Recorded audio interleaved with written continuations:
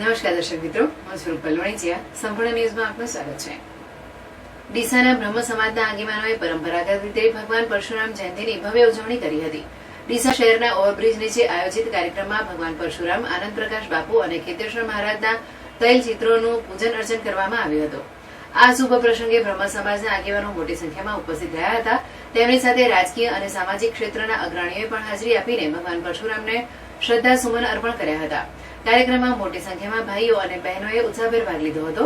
બ્રહ્મ સમાજના આગેવાનોએ જણાવ્યું હતું કે ભગવાન પરશુરામનું જીવન આપણને સત્ય, ન્યાય અને ધર્મનું પાલન કરવાની પ્રેરણા આપે છે.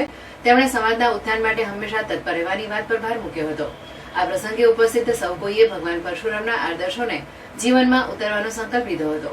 સમગ્ર કાર્યક્રમ દરમિયાન ભક્તિમય વાતાવરણ જોવા મળ્યું હતું અને ઉપસ્થિત સૌ કોઈએ ભગવાન પરશુરામના ગુણગાન ગાયા હતા. આ ભવ્ય ઉજવણીએ ડીસાના બ્રહ્મ સમાજમાં એકતા અને ભાઈચારાની ભાવનાને વધુ મજબૂત બનાવી હતી.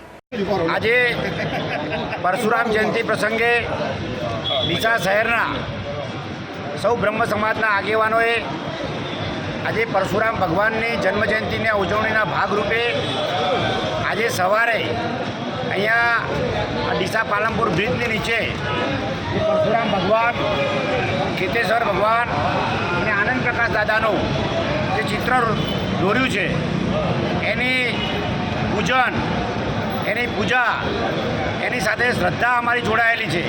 તો એની પવિત્રતા જળવાઈ રહે એટલે સમગ્ર શહેરમાંથી, ડીસા નગરમાંથી સૌ ગોળના બ્રહ્મ સમાજના આગેવાનો એકત્રિત થયા છે અને આ ત્રણેય અમારા આસ્થાના કેન્દ્ર, અમારા ઈષ્ટદેવ એવા પરશુરામ ભગવાનની જન્મજયંતિ પ્રસંગે બધાએ એમનું પૂજન કર્યું છે અને બ્રહ્મ સમાજની એકતા થકી હિન્દુ સમાજની એકતા બને અને સમગ્ર સનાતન ધર્મનો જય થાય એ માટે સમગ્ર બ્રહ્મ સમાજ કટિબદ્ધ બન્યો છે.